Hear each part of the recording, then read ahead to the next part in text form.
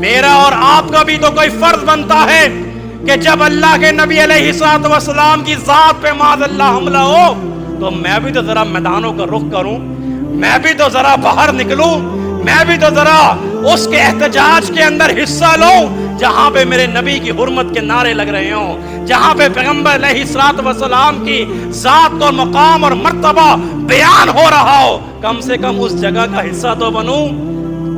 تمام قسم کی تعریفات اللہ وحدہ لا شریک، مالک ارض و سما، خالق کائنات کے لیے ہیں،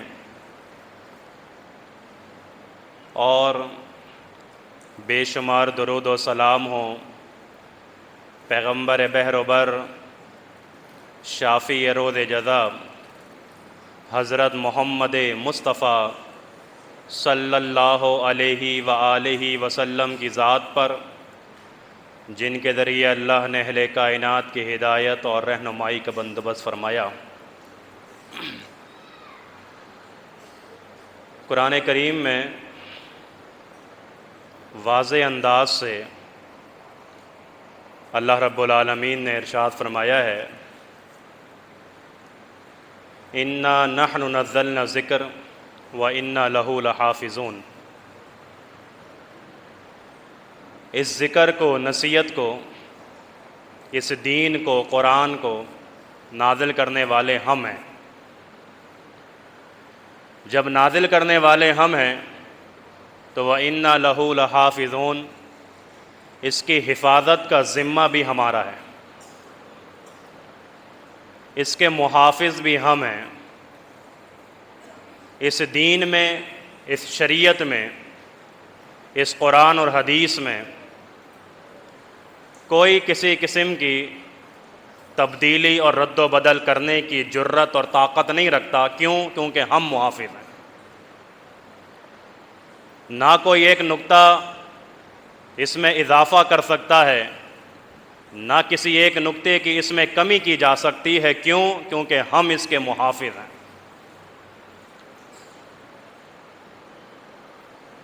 کسی کی ہمت اور جرت اور طاقت نہیں ہے کہ وہ شریعت میں رد و بدل کر سکے، قرآن و حدیث میں کوئی تبدیلی کر سکے، کیونکہ اس کی حفاظت کا ذمہ میں خود اللہ نے لیا ہے۔ اور اس بات کی مزید وضاحت ایک اور مقام پہ قرآن مجید میں اللہ نے ارشاد فرمائی ہے کہ الیوم اکملت لکم دینکم واتممت علیکم نعمتی ورضیت لکم الاسلام دینا۔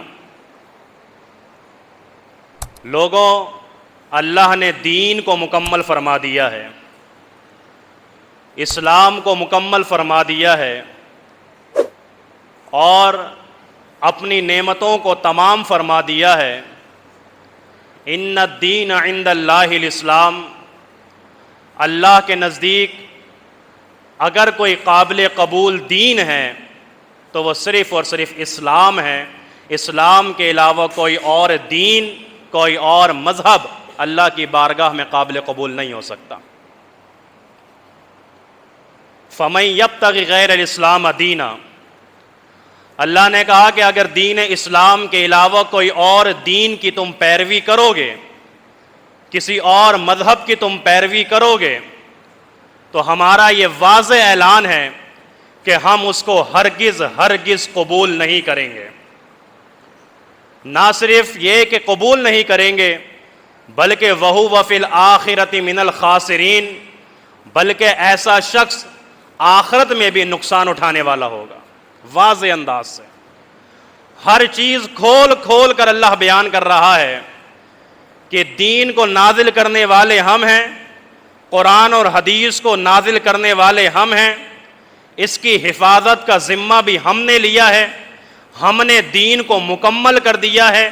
ہمارے نزدیک قابل قبول دین صرف ایک ہے اور وہ اسلام ہے۔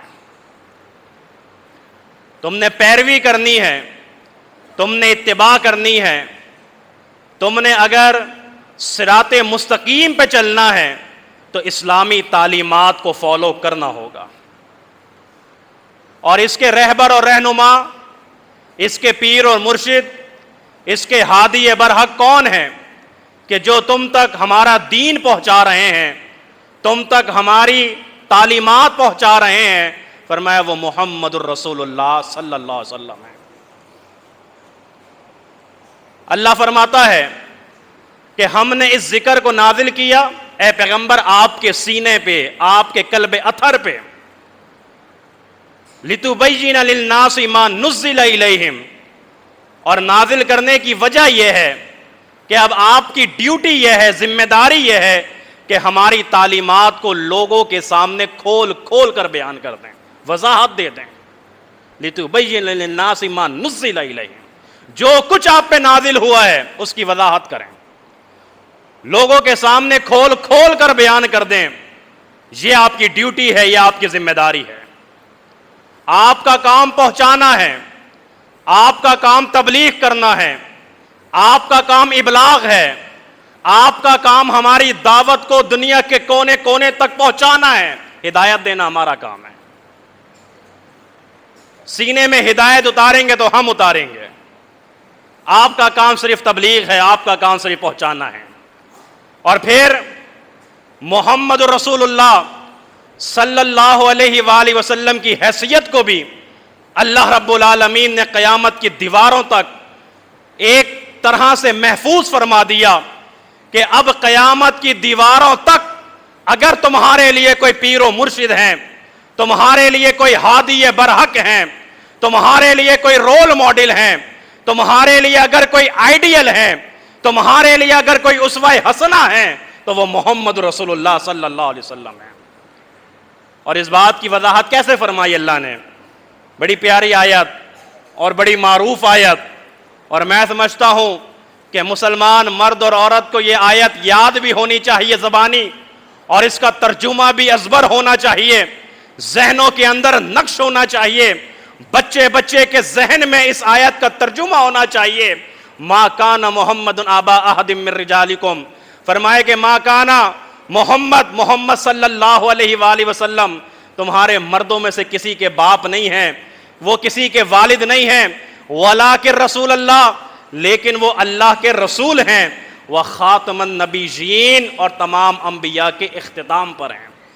محمد رسول اللہ صلی اللہ علیہ وسلم خاتم النبیین ہیں، آپ کے بعد کوئی نبی اور رسول نہیں آنا، آپ کے بعد جبریل نہیں آئیں گے، آپ کے بعد کسی کتاب کا نزول نہیں ہوگا، آپ کے بعد کوئی وحی الہی کا نزول نہیں ہوگا، آپ کے بعد کوئی پیغام نہیں آئے گا، آپ کے بعد کوئی ہادی نہیں آئے گا۔ اس لیے قیامت تک آنے والے مسلمان مرد اور عورت کے لیے لازمی ہے کہ اپنے پیر و مرشد اگر تمہیں کسی کو بنانا ہے تو محمد رسول اللہ صلی اللہ علیہ وسلم کو بنانا۔ کسی کی بات تمہارے لیے حجت نہیں ہو سکتی، کسی کی بات تمہارے لیے دلیل نہیں بن سکتی، کسی کی بات تمہارے لیے رول ماڈل نہیں بن سکتی، کسی کی ذات تمہارے لیے اسوہ حسنہ نہیں بن سکتی۔ اسوہ حسنہ اگر کسی کی ذات ہے، رول ماڈل تمہارے لیے اگر کسی کی ذات ہے، اور کسی کی بات اگر تمہارے لیے حجت و دلیل ہے تو وہ محمد رسول اللہ صلی اللہ علیہ وسلم ہے۔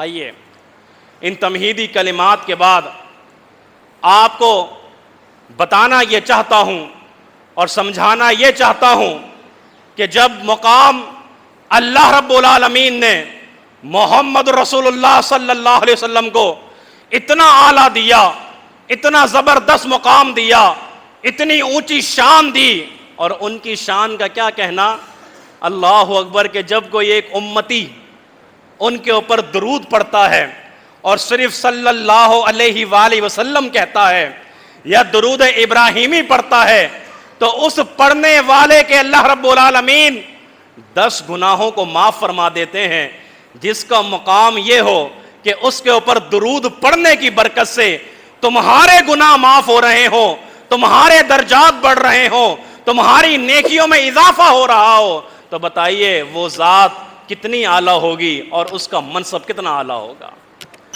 محمد رسول اللہ صلی اللہ علیہ وآلہ وسلم، اللہ اکبر، دنیا کی ساری مٹھاس کو جمع کر لیا جائے، دنیا کے سارے شہد کو جمع کر لیا جائے، لیکن جو مٹھاس اور جو شیرنی محمد رسول اللہ صلی اللہ علیہ وآلہ وسلم کی زبان سے نکلے اور اللہ کے نبی کے الفاظ میں محسوس ہو، وہ دنیا کی تمام مٹھاس مل کر بھی اللہ کے نبی کی اس مٹھاس کا مقابلہ نہیں کر سکتی ہے۔ اور پھر ہمیں یہ بتا دیا گیا، ہمیں یہ سمجھا دیا گیا کہ لوگوں دیکھو، ہم نے تمہیں والدین کے حقوق بھی بتائے، ہم نے تمہیں ازواج کے حقوق بھی بتائے، ہم نے تمہیں اولاد کے حقوق بھی بتائے، ہم نے تمہیں ہمسایوں کے حقوق بھی بتائے، ہم نے تمہیں قرابت داروں اور رشتہ داروں کے حقوق بھی بتائے، تو ہم تمہیں کیسے چھوڑ دیں کہ ہم محمد رسول اللہ کے حقوق تمہیں نہ بیان کریں صلی اللہ علیہ وسلم۔ تم اللہ کے نبی کی ذات سے محبت کرتے ہو، اللہ کے نبی صلی اللہ علیہ وآلہ وسلم کی دعوت پر لبیک کہتے ہو، اللہ کے نبی علیہ الصلوۃ والسلام کی ذات کے آگے اپنی جان و مال، اہل و عیال و اولادوں کو لٹانے کے لیے ہمہ وقت تیار رہتے ہو، تو سنو حقوق کیا ہیں محمد رسول اللہ صلی اللہ علیہ وسلم کے۔ بلند اور بالا دعوے اور نعرے یہ کافی نہیں ہیں، یہ کافی نہیں ہیں ہماری نجات کے لیے، ہماری کامیابی کے لیے، بلکہ عمل سے زندگی بنتی ہے، جنت بھی جہنم بھی۔ اگر میں یہ نعرہ لگاتا ہوں کہ میرے لیے آئیڈیل اللہ کے نبی کی ذات ہے، میرے لیے رول ماڈل محمد رسول اللہ صلی اللہ علیہ وسلم کی ذات گرامی ہے، تو میں اللہ کے نبی علیہ الصلوۃ والسلام کی تعلیمات پہ کتنا عمل کرنے والا ہوں؟ میں مہنگائی کا رونا روتا ہوں، میں پریشانی کا رونا روتا ہوں، میں گرمی کا، قحط سالی کا رونا رو رہا ہوں، میں اپنی معیشت کا تنگ ہونے کا رونا رو رہا ہوں، معیشت کے پہیے جام ہونے کا رونا رو رہا ہوں، میں علماء سے پوچھ بھی رہا ہوں کیا وجہ ہے کہ اتنی مہنگائی بڑھ گئی ہے، کیا وجہ ہے کہ قحط سالی کا دورہ ہے، کیا وجہ ہے کہ غربت اتنی بڑھ رہی ہے۔ اللہ اکبر! کبھی میں نے اپنے گربان میں جھانک کے دیکھا، کبھی میں نے اپنا محاسبہ کیا کہ میرا اللہ کے ساتھ تعلق کتنا گہرا ہے اور اس کے رسول صلی اللہ علیہ وسلم کی سنت کے ساتھ تعلق کتنا گہرا ہے؟ کیا کبھی محاسبہ کریں، یہاں جو ہم حال میں کھڑے ہیں، بیٹھے ہیں، احباب ہیں، مرد خواتین ہیں، ہم کتنے ایسے لوگ ہیں جو 5 وقتہ نماز کی پابندی کرتے ہیں باجماعت؟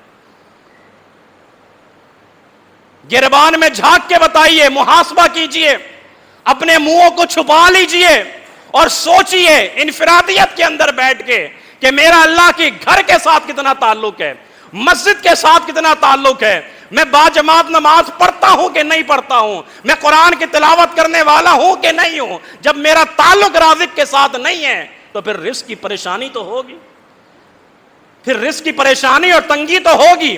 اور اللہ رب العالمین کا واضح اعلان یہ ہے کہ اگر تم ہمارے ذکر سے منہ موڑو گے، یہ ذکر ہے نا، نماز کیا ہے؟ ذکر ہے۔ قرآن کیا ہے؟ ذکر ہے۔ اللہ کی تسبیح کیا ہے؟ ذکر ہے۔ اللہ کی تعریف کیا ہے؟ ذکر ہے۔ جب تم اس سے منہ موڑ کے اپنی دنیاوی مشاغل میں اپنے آپ کو مصروف رکھو گے، اللہ کہتا ہے فَإِنَّ لَهُ مَعِيشَةً زَنْكَا، تمہاری معیشت کو زنگ آلود کر دوں گا، تم پریشان ہو جاؤ گے، تم در بدر گھومو گے، تم رونا رو گے، تمہارا ہاتھ اتنا تنگ کر دوں گا۔ کیوں؟ کیونکہ تم میرے ذکر سے منہ موڑنے والے۔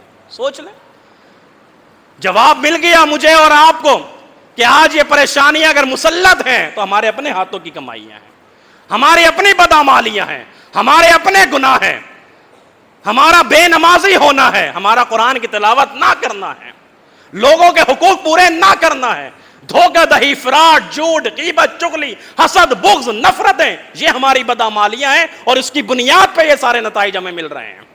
آپ اللہ کے نبی سے محبت کرتے ہو، نبی رحمت صلی اللہ علیہ وآلہ وسلم سے محبت کا دعویٰ کرتے ہو اور پھر کہتے ہو کہ اس کو بھی تھوڑا سا دھوکہ دے کے یہ مال لوٹ لوں، اس کو چھوٹا سا جھوٹ بول کے اس کا مال لوٹ لوں، یہ فراڈ کر لوں، یہ فراڈ کر لوں، تو بھائیوں فراڈ کے اندر برکتیں نہیں ہوتی ہیں۔ ہاں آئیے اللہ کے ساتھ تعلق کو جوڑیے، کوشش کیجئے جب نماز کا وقت ہو جائے چھوڑ دیجئے اپنے کاروبار کو، چھوڑ دیجئے اپنے کارخانے کو، چھوڑ دیجئے اپنی دکان کو، چھوڑ دیجئے اپنے معاملات کو اور آ جائیں اللہ کے گھر پہ، اور پھر دیکھیں اللہ رب العالمین اس مہنگائی کے دور کے اندر بھی کیسی برکت نازل کرتا ہے۔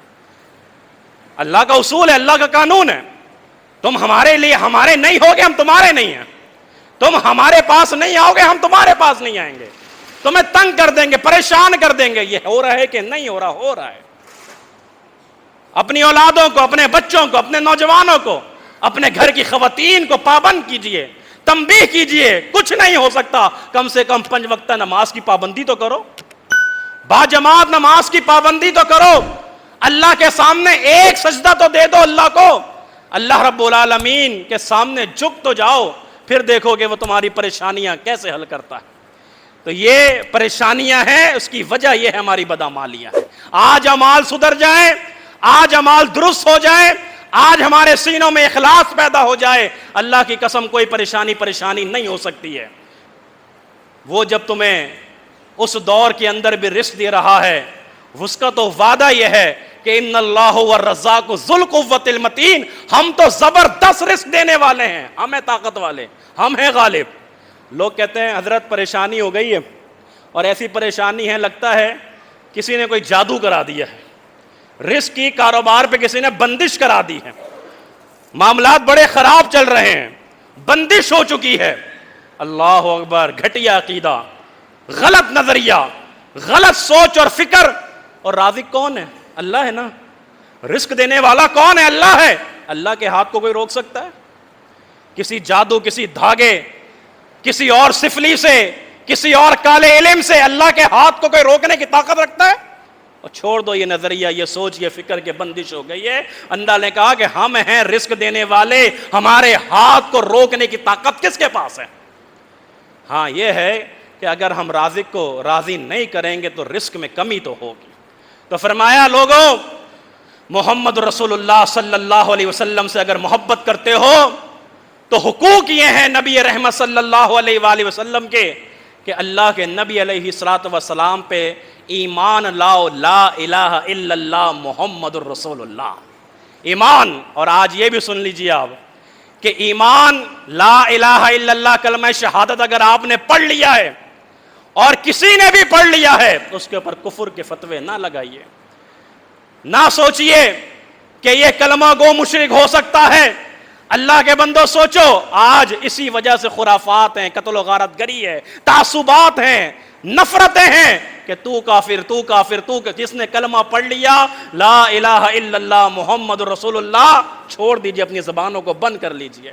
یہ بہت ہو چکا. اب سب کو مسلمانوں کو متحد ہونا پڑے گا، اتحاد کی فضا قائم کرنی ہوگی.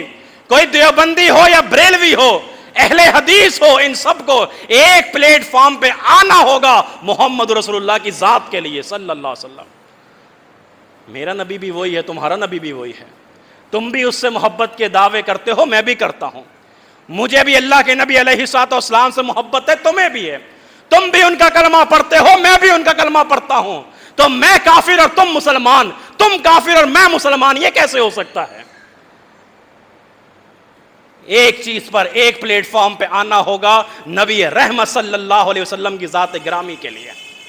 لا الہ الا اللہ، گواہی دو کہ اللہ کے علاوہ کوئی عبادت کے لائق نہیں اور محمد صلی اللہ علیہ وسلم اللہ کے بندے اور اس کے رسول ہیں. پہلے حق ایمان. دوسرا فرمایا کہ محمد رسول اللہ صلی اللہ علیہ وسلم سے لا زوال محبت کرو. ایسی محبت جو ناقابل فراموش ہو، ایسی محبت جو ناقابل بیان ہو، محمد رسول اللہ صلی اللہ علیہ وسلم سے تمہیں کرنی ہے. اور وہ محبت کیا ہے؟ اس محبت کے لیے ایک دلیل جو حدیث بڑی معروف ہے صحیح بخاری کی کہ لا یؤمن احدکم حتی اکون احب الیہ من والدہ وولدہ والناس اجمعین. تم میں سے کوئی شخص اس وقت تک مومن نہیں ہو سکتا، تم میں سے کوئی شخص اس وقت تک ایماندار کہلانے کا حق نہیں رکھتا. یا اللہ کب تک؟ فرمایا کہ اس وقت تک کہ جب تک کہ اپنے ماں باپ، اپنے اہل و عیال، اپنے دوست اور احباب والناس اجمعین، یہاں تک کہ دنیا کے تمام لوگوں سے بڑھ کر محبت محمد رسول اللہ سے نہ کر لو صلی اللہ علیہ وسلم. تمہیں اپنے اہل و عیال سے بڑھ کر محبت ہونی چاہیے اللہ کے نبی سے. تمہیں اپنے مال اور مویشی سے بڑھ کر محبت ہونی چاہیے. تمہیں اپنے عزیز و اقارب سے بڑھ کے محبت ہونی چاہیے. تمہیں اپنی جان سے بڑھ کر محبت ہونی چاہیے محمد رسول اللہ سے. والناس اجمعین، دنیا کے تمام لوگوں سے، دنیا کے تمام انسانیت سے، تمام کائنات سے بڑھ کر تمہیں محبت ہوگی اللہ کے نبی سے تو پھر تم کہلاؤ گے مسلمان، پھر تم کہلاؤ گے ایمان والے۔ یہ محبت کا تمہارا انداز ہونا چاہیے۔ اس محبت کی بے شمار دلیلیں ہیں، لیکن بات کو آگے بڑھاتے ہیں۔ فرمایا تیسرا حق محمد رسول اللہ صلی اللہ علیہ وآلہ وسلم کا، کہ محمد رسول اللہ صلی اللہ علیہ وسلم کی اتباع کرو۔ محبت کافی نہیں ہے، محبت کافی نہیں ہے، ذات سے محبت کافی نہیں ہے، پیغمبر کی بات سے محبت بھی کرو۔ پیغمبر کی بات سے محبت نہیں کرو گے تب بھی تم کامل ایمان والے نہیں ہو سکتے۔ تمہارے سامنے حدیثیں بیان کر دی جائیں، تمہارے سامنے اللہ کے نبی کے اقوال بیان کر دیے جائیں، تمہارے پاس صحیح احادیث سے نماز نبوی کا طریقہ بیان کر دیا جائے، تمہارے سامنے عبادات کا سلیقہ اور طریقہ بیان کر دیا جائے، اس کے باوجود تم نہ مانو، فرمایا تم کامل مومن نہیں ہو سکتے، تم کامل ایمان والے نہیں ہو سکتے۔ تم ایمان والے اسی وقت کہلاؤ گے جب نبی کی ذات سے بھی محبت کرو گے اور پیغمبر کی بات سے محبت بھی کرو گے۔ تم ذات سے محبت کرو اور بات سے محبت نہ کرو، کامیاب نہیں ہو سکتے۔ تم بات سے محبت کرو، ذات سے محبت نہ کرو، تب بھی کامیاب نہیں ہو سکتے۔ تو فرمایا کہ اتباع کرو، پیروی کرو محمد رسول اللہ صلی اللہ علیہ وسلم ہر حال میں۔ تمہارے خلافی فیصلے کیوں نہ جا رہے ہوں، پیروی کرو۔ تمہاری حمایت میں آ رہے ہوں، پیروی کرو۔ تمہارا نفع ہو رہا ہو، پیروی کرو۔ تمہارا نقصان ہو رہا ہو، سر کو جھکا لو کہ محمد رسول اللہ صلی اللہ علیہ وسلم کی حدیث سامنے آ گئی ہے، اللہ کے نبی کا قول سامنے آ گیا ہے۔ اب میری منمانی نہیں چلے گی، اب میرا فتویٰ نہیں چلے گا، اب میری مسجد کے امام کا فتویٰ نہیں چلے گا، اب میری جماعت کے عالم کا فتویٰ نہیں چلے گا، اب میرے جماعت کے مفتی کا فتویٰ نہیں چلے گا۔ کیوں؟ کیونکہ محمد رسول اللہ کی حدیث آ گئی ہے صلی اللہ علیہ وسلم۔ اس کو بھی سر تسلیم خم کرنا ہوگا، آپ کو بھی گردن جھکانی ہوگی اگر آپ ایمان والے بننا چاہتے ہیں۔ اور پھر چوتھا حق بتایا، فرمایا محمد رسول اللہ صلی اللہ علیہ وآلہ وسلم کا ادب کرو، احترام کرو۔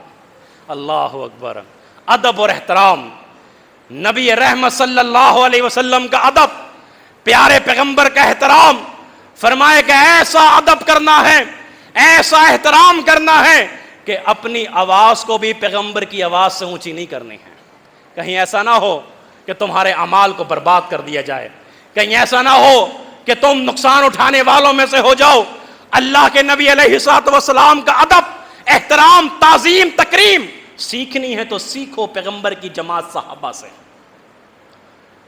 کہ وہ جس نے کہا تھا کہ میں نے دیکھا کہ محمد رسول اللہ صلی اللہ علیہ وسلم وضو فرما رہے ہیں، وضو کا پانی جو ان کے جسم اتھر سے ٹکرا کر زمین پہ گر رہا ہے، صحابہ اس کو زمین پہ گرنے نہیں دیتے ہیں۔ ان کے چاہنے والے، ان کے ماننے والے، ان سے محبت کرنے والے، ان کا پانی جو ان کے جسم سے ٹکرا کر زمین پہ گر رہا ہے، صحابہ اسے گرنے نہیں دیتے بلکہ اپنے ہاتھوں میں لیتے ہیں اور اپنے ہاتھوں میں اس پانی کو مل کے اپنے چہرے کے اوپر ملا کرتے ہیں۔ یہ تعظیم، یہ ادب، یہ احترام محمد رسول اللہ صلی اللہ علیہ وسلم۔ اور سنیے، اللہ کے نبی کا ادب، اللہ کے نبی کا احترام اس چیز کا تقاضا کرتا ہے کہ جس کی نسبت بھی میرے نبی کی ذات سے جڑ جائے، اس کا ادب و احترام بھی ہمارے اوپر فرض ہے، اس کا ادب اور احترام بھی ہمارے اوپر فرض ہے۔ پھر وہ چاہے لاٹھی ہو، پھر وہ چاہے مٹی ہو، وہ پھر چاہے پتھر ہو، وہ پھر چاہے بستی ہو، وہ پھر چاہے میرے نبی کے صحابہ ہوں، اہل بیت ہوں، میرے نبی کی بیویاں ہوں، جس کا تعلق بھی اللہ کے نبی کی ذات سے جڑ جائے، اس کا ادب اور احترام بھی میرے اور آپ کے اوپر فرض ہے۔ آپ پیغمبر کا ادب تو کرو، پیغمبر کے صحابہ کا ادب نہ کرو، پیغمبر کی ازواج کا، امہات المومنین کا ادب نہ کرو، اہل بیت کا ادب نہ کرو، اللہ کے نبی کے ساتھی صدیق اکبر کا ادب نہ کرو، عمر فاروق کا ادب نہ کرو۔ یہ کیسا ادب ہے، کیسا احترام ہے؟ آپ کی مسجد کا مولوی ہو، امام ہو، خطیب ہو، حضرت بڑے اونچے، بہت زبردست، بہت خوبصورت، بہترین گفتگو، بہترین علم، بہترین عالم، لیکن ان کے جو گھر کی خواتین ہیں نا، وہ سمجھ میں نہیں آتا کردار کے کیسے ہیں۔ ان کے جو بچے ہیں نا، وہ پتہ نہیں ایسے کردار کے اچھے نہیں، ان کے اوپر تہمتیں، ان کے اوپر الزام، تو تو پھر کیسے وہ شخص صحیح ہو سکتا ہے, درست ہو سکتا ہے؟ آپ اللہ کے نبی کا ادب کرتے ہو, پیغمبر کا احترام کرتے ہو, آپ کو پیغمبر کے صحابہ کا احترام کرنا ہوگا, آپ کو پیغمبر کی ازواج کا احترام کرنا ہوگا, آپ کو امہات المومنین کا ادب و احترام کرنا ہوگا, آپ کو اہل بیت کا ادب و احترام بھی کرنا ہوگا. آپ اللہ کے نبی کا ادب کرو صرف صلی اللہ علیہ وسلم, اور ان سے جڑے ہوئی چیزوں کا اور اہل و عیال کا ادب نہ کرو, احترام نہ کرو, یہ کیسے ممکن ہے؟ اللہ اکبر. میرے بھائیوں, محمد رسول اللہ صلی اللہ علیہ وسلم کی بڑی اونچی شان ہے, بڑا اونچا مقام ہے. اللہ نے تو کہہ دیا نا کہ وَرَفَعْنَا لَكَ ذِكْرَكَ, پیغمبر ہم نے آپ کے ذکر کو بلند کر دیا. یہ دنیا والے آپ کے ذکر کو کیا بلند کریں گے؟ عرش والے نے آپ کے ذکر کو بلند کیا, آپ کے مقام کو بلند کیا, اور ایسا بلند کیا, ایسا مقام دیا کہ اگر اب یہ دنیا والے آپ کا مقام بیان کریں گے نا, آپ کی شان میں یہ کیا اضافہ کریں گے؟ اگر یہ آپ کا مقام بیان کریں گے, آپ کا مقام بیان کرنے کی وجہ سے ہم ان کی عزتوں میں اضافہ کر دیں گے, ہم ان کے ادب و احترام میں اضافہ کر دیں گے. یہ آپ سے محبت کریں گے, ہم لوگوں کے دلوں میں ان کی محبت ڈال دیں گے. یہ آپ کی تکریم کریں گے, ہم لوگوں کے دلوں میں ان کی تکریم ڈال دیں گے. یہ محمد رسول اللہ صلی اللہ علیہ وسلم کی شان اور مقام اور مرتبہ ہے. اور یہ بھی یاد رکھیے گا کہ اگر میں پیغمبر کے حقوق بیان کروں, یا پیغمبر کی شان بیان کروں, یا پیغمبر کا مقام اور مرتبہ بیان کروں, افراط اور تفریط دونوں سے بچ کے رہنا ہے. کم بھی نہیں کرنا, غلو بھی نہیں کرنا. پیغمبر کی شان بیان کرتے ہوئے اگر تم نے غلو کیا, رب کی توحید کی چٹانوں سے ٹکرا کر تباہ ہو جاؤ گے. غلو اگر کیا تو رب کی توحید کی چٹانوں سے ٹکراؤ گے, برباد ہو جاؤ گے. پیغمبر کی شان بیان کرتے ہوئے کنجوسی اگر کری تب بھی تمہارا ایمان برباد ہو جائے گا. اور ابن تیمیہ نے فرمایا تھا رحمۃ اللہ علیہ, انہوں نے فرمایا تھا, لوگوں, جس دین کے اندر, جس اسلام کے اندر اللہ کے نبی علیہ الصلوۃ والسلام کی مدح نہ بیان کی جائے, پیغمبر کی نعتیں بیان نہ کی جائیں, پیغمبر کی تعریف نہ کی جائے, پیغمبر کی ثنا نہ کی جائے, پیغمبر کی تعظیم و تکریم نہ کی جائے, پیغمبر کا ادب و احترام نہ کیا جائے, وہ دین دین نہیں ہوتا, بلکہ وہ دین اللہ کی لعنت بن جاتا ہے. ابن تیمیہ رحمہ اللہ نے فرمایا, اللہ کے نبی کا تم ادب بیان نہ کرو, شان بیان نہ کرو, احترام بیان نہ کرو, وہ دین دین نہیں ہے. آخری بات, اللہ کے نبی علیہ الصلوۃ والسلام کے حقوق میں سے فرمایا, تم محبت بھی کرتے ہو, تم ایمان بھی لے آئے, تم ادب بھی کرتے ہو, تم اتباع بھی کرتے ہو, تم ان کی اطاعت و تابعداری بھی کرتے ہو. سنو, جب میرے نبی کی ذات کو دفاع کی ضرورت پڑے, جب محمد رسول اللہ صلی اللہ علیہ وسلم کی ذات کو دفاع کی ضرورت پڑے, تو دفاع کرنا بھی تمہارے اوپر فرض ہے, واجب ہے, ضروری ہے. دنیا کے تمام کاموں سے بڑھ کر محمد رسول اللہ کی ذات کا دفاع کرنا تمہارے لیے ضروری ہے صلی اللہ علیہ وسلم. اللہ نے کہا, اِنَّا كَفَيْنَاكَ الْمُسْتَهْزِئِينَ, پیغمبر آپ پریشان نہیں ہو, آپ کی ذات پہ معاذ اللہ جو بدگمانیاں کر رہے ہیں اور باتیں کر رہے ہیں, ان کا وہ جو مذاق اڑا رہے ہیں, مذاق اڑانے والوں کے لیے ہم خود کافی ہیں. اللہ نے کہا ہم کافی ہیں, آپ نہ پریشان ہوں. لیکن میرا اور آپ کا بھی تو کوئی فرض بنتا ہے, میرا اور آپ کا بھی تو کوئی فرض بنتا ہے کہ جب اللہ کے نبی علیہ الصلوۃ والسلام کی ذات پہ معاذ اللہ حملہ ہو, تو میں بھی تو ذرا میدانوں کا رخ کروں, میں بھی تو ذرا باہر نکلوں, میں بھی تو ذرا اس کے احتجاج کے اندر حصہ لوں جہاں پہ میرے نبی کی حرمت کے نعرے لگ رہے ہوں, جہاں پہ پیغمبر علیہ الصلوۃ والسلام کی ذات اور مقام اور مرتبہ بیان ہو رہا ہو. کم سے کم اس جگہ کا حصہ تو بنوں. دیکھیے صدیق کو, اللہ اکبر, جناب ابو بکر صدیق رضی اللہ تعالیٰ عنہ اکیلے مسلمان تھے اپنے گھر میں اس وقت تک جب میرے نبی صلی اللہ علیہ وسلم کو پتھر مارے گئے تھے طائف کے میدانوں میں. جب اللہ کے نبی علیہ الصلوۃ والسلام کو لہو لہان کیا گیا تھا, صدیق اکیلے مسلمان تھے اس وقت گہرانے میں. سیدنا علی رضی اللہ تعالیٰ عنہ بچوں میں مسلمان تھے, لیکن نہیں دیکھا کہ میرے ساتھ طاقت ہے یا نہیں, نہیں دیکھا کہ میرے ساتھ وسائل ہیں یا نہیں, نہیں دیکھا کہ میرے ساتھ اور لوگ ہیں یا نہیں, بلکہ نکل کھڑے ہوئے محمد رسول اللہ صلی اللہ علیہ وسلم کی ذات کا دفاع کرنے کے لیے. پہنچے تھے کہ نہیں پہنچے تھے؟ پہنچے تھے. آج مجھے میرا کاروبار عزیز ہے, آج مجھے میرے بچے عزیز ہیں, میری اولادیں عزیز ہیں. آپ کو چیختے رہیں, پکارتے رہیں, آ جاؤ, نکلو باہر, چلو, لیکن نہیں. اللہ اکبر, ابو بکر صدیق تھے, دیکھو ان کا ایمان, تنہا نکلے تھے اور میرے نبی صلی اللہ علیہ وسلم کو گلے لگایا تھا, ان سے چمٹے تھے, اور جتنے حملے ہوئے تھے اس کے بعد وہ جناب ابو بکر صدیق رضی اللہ تعالیٰ, اور یہ سوچا تھا چلو میرے اوپر حملہ ہو رہا ہے نا, مجھے لوگ پتھر مار رہے ہیں, محمد کی ذات تو محفوظ ہے صلی اللہ علیہ وسلم. آج بھی اگر میں کہتا ہوں ہمیں دے لو گالیاں, ہمیں کہہ لو برا بھلا, ہمیں کہہ لو, ہمیں مار لو, جو کرنا ہے ہمارے ساتھ کر لو, محمد رسول اللہ صلی اللہ علیہ وسلم کی ذات کو تو محفوظ رکھو, اللہ کے نبی علیہ الصلوۃ والسلام کی ذات تو محفوظ رکھو. اور وہ صدیق تھے رضی اللہ تعالیٰ عنہ کہ جو بے ہوش ہو گئے تھے پیغمبر کی ذات کا دفاع کرتے ہوئے بے ہوش ہو گئے تھے. اور جب ہوش آیا تھا, گھر والوں نے دودھ گرم کر کے رکھا تھا, گھر والوں نے سرہانے شہد رکھا ہوا تھا, زخموں پہ رکھنے کے لیے مرہم رکھا ہوا تھا, لیکن ہوش آتے ہی پوچھا کس کے بارے میں؟ صدیق اکبر نے محمد رسول اللہ کے بارے میں صلی اللہ علیہ وسلم. اللہ کے نبی صلی اللہ علیہ وسلم کیسے ہیں, پیغمبر اسلام کیسے ہیں, میرے محبوب کیسے ہیں؟ تو میرے بھائیوں اور دوستوں, اگر میں نے آج اور کوتاہی کری, اور سستی کری, اور غفلت کری, تو وہ کفار ہیں, وہ ہندو منحوس ہیں کہ جن کو مواقع ملتے ہیں وہ یہ کام کرتے ہیں. آئیے میرے بھائیوں دوستوں, میری ماں میری بہنوں, آج کے خطبہ جمعہ میں یہ پیغام لے کر جاؤ کہ ہمیں اللہ کے نبی صلی اللہ علیہ وسلم کی سیرت پہ عمل کرنا ہے. اور جب ہمارے اکابرین, ہمارے علماء اور ہمارے قائدین ہمیں نکلنے کا کہیں کہ آپ سڑکوں پہ نکلنا ہے اللہ کے نبی کی ذات کے دفاع کے لیے, تو اپنے سارے گھر بار کو, کام کاج کو چھوڑ کے ہم نکلیں گے محمد رسول اللہ کے لیے صلی اللہ علیہ وآلہ وسلم. نہ سمجھیں اس کو معمولی چیز, یہی میرے لیے آپ کی نجات کے لیے کافی ہو سکتا ہے, یہی کامیابی کے لیے کافی ہو سکتا ہے.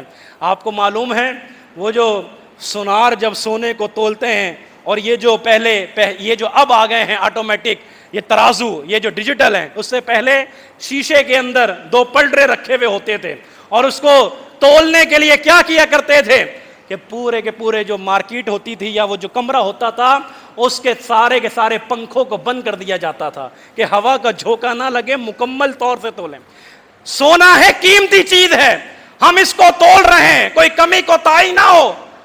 دنیا کا تمام سونا مل کر بھی محمد رسول اللہ صلی اللہ علیہ وسلم کی عظمت کا مقابلہ نہیں کر سکتا, اللہ کے نبی کی رسالت کا مقابلہ نہیں کر سکتا, پیغمبر علیہ السلام کی عظمت کا مقابلہ نہیں کر سکتا. تو میں اور آپ کیسے مسلمان ہیں کہ اللہ کے نبی کی ذات پہ حملے ہو رہے ہیں اور میں چین سے سو رہا ہوں, میں آرام سے سو رہا ہوں, میری نیند میں خلل نہ آئے, میرے کاروبار میں خلل نہ آئے, میرے باہمی معاملات میں خلل نہ آئے. مجھے اور آپ کو اپنے ایمان کی خیر منانی چاہیے. اللہ سے دعا کریں کہ اللہ رب العالمین ہمیں محمد رسول اللہ صلی اللہ علیہ وسلم کے دین کا سپہ سالار بنا دے, سپاہی بنا دے دین کا, اللہ کے نبی کی ذات کا سپاہی بنا دے.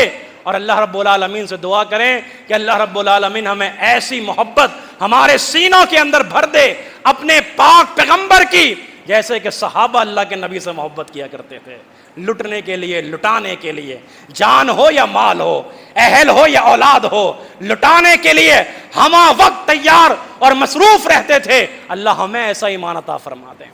اللہ رب العالمین ہماری کوتاہیوں کو معاف فرما دے, اللہ ہماری غفلتوں کو معاف فرما دے. اللہ رب العالمین ہمیں دین اسلام کا صحیح فہم عطا فرما دے, اس کے مطابق اللہ رب العالمین عمل کرنے کی توفیق عطا فرما دے. اللہ ہم سب کا خاتمہ ایمان پہ فرما دے. یا اللہ جب تک زندہ ہیں ہمیں اسلام پہ زندہ رکھنا, یا اللہ جب تک زندہ ہیں توحید پہ زندہ رکھنا, یا اللہ جب تک زندہ ہیں لا الہ الا اللہ والی تقریریں اور اللہ نعرے بیان کرنے کی توفیق عطا فرمانا. یا اللہ جب مر جائیں, یا اللہ جب پیغام اجل آ جائے, یا اللہ جب موت کا فرشتہ آ جائے, یا اللہ ہماری زبان سے اس وقت بھی لا الہ الا اللہ جاری کرنا. یا اللہ جب تک زندہ ہیں توحید پہ زندہ رکھنا. یا اللہ جب موت عطا فرمانا تو شہادت کی موت نصیب فرمانا. وما علینا الا البلاغ المبین.